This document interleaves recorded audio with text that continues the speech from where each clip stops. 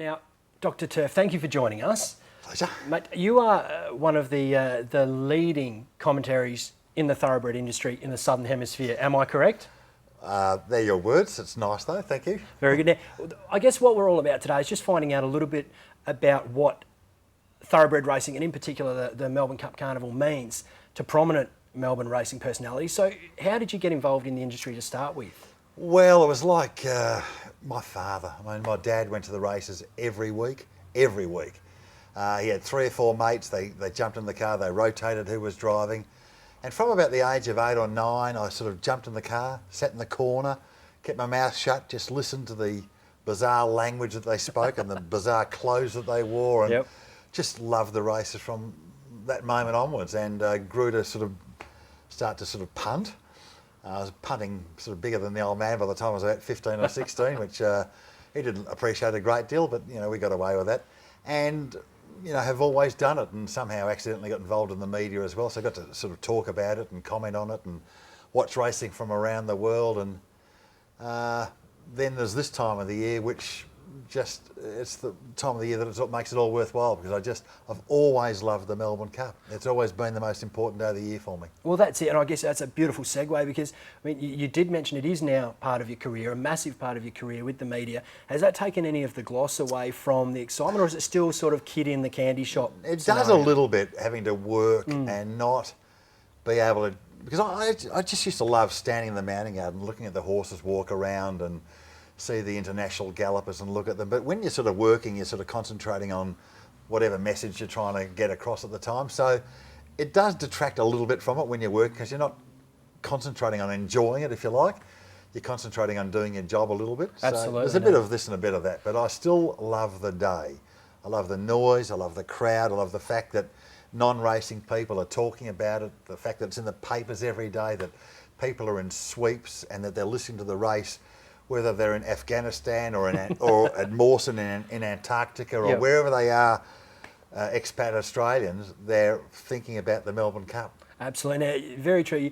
You did say about the colour and the excitement and the noise, etc., especially at the track. Now, you're fortunately in a position where you can get a lot closer than most of us can to the action. So is there something that's specifically different that we wouldn't see from behind the rails, you know, whether we're in the birdcage or the Archer Marquee or the Champion, wherever? What can you experience that we can't?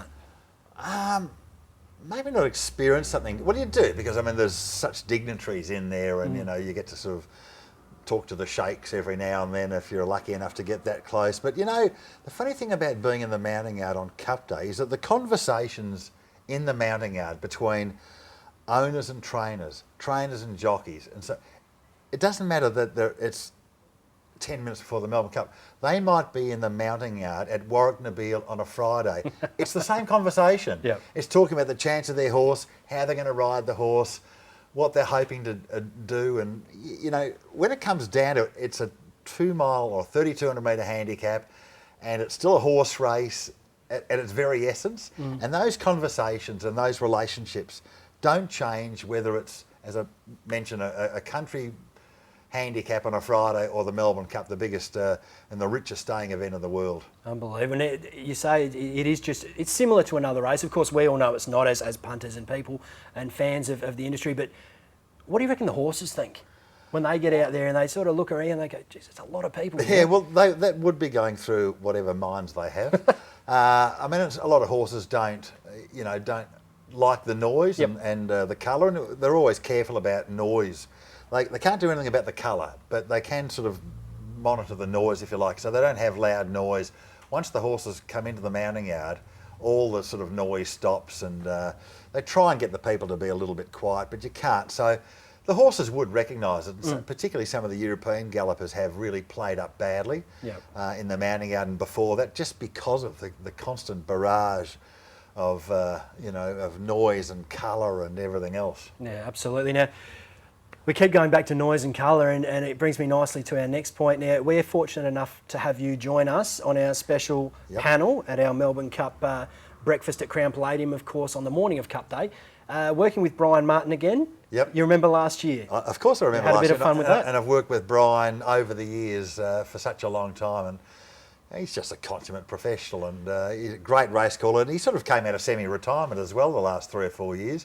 So it's great to have him back. Absolutely, it's going to be great. And of course, Brian will be performing his Phantom Race Call for everyone to enjoy. And then we've got Beck Madden with, do you remember the fashion parade from last year?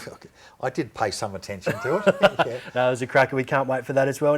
Now, Turfy, I know, can I call you Turfy? Yes. Is that all right? Oh, fantastic. Now, I know you're extremely busy and we do appreciate your time. So thanks very much for speaking to us. But before I do go and before we head off to get ready for Melbourne Cup, I'm going to play a little thing with you that we like to call the final straight. Are you happy with that? Yeah, go for It's a little bit of a word association. So I'm just going to grab this. Okay. First thing that pops into your head. And I'll give you the tip. He hasn't seen it. Well, you might have looked at it just before, but he hasn't seen this in the past, ladies and gentlemen. So I'm just going to say really quickly, I've only got 8 to go. All right? Right. So let's start with Mackay Diva. How many words do you want? Just a couple. The owner's mullet. Well, he's a 3-time Melbourne Cup winner, but the thing that sticks out in my mind is Tony Sandick's mullet. Yeah, no, fair enough. Down at in the mid-2000s, you know, a man of his age, you know, let go, Tony. And it did get a fair workout at the, I think it was the Middle Park Hotel after last year. Number 2, Oaks Day. Blokes Day. Yeah, perfect. Heels or bare feet at 4:30 p.m? I prefer heels, but if my feet are sore, I'll wear thongs. Brian Martin. Just one of the world's greatest moustaches. Glenn Boss. 3-time Melbourne Cup winning jockey. 1 more to go, and he is in the record books. Fantastic. Champagne.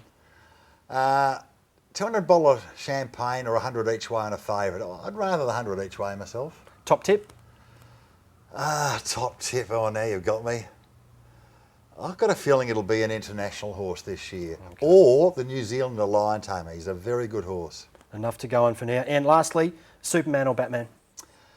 I'd have to say that anybody with X-ray vision gets my vote. So I'll go Superman.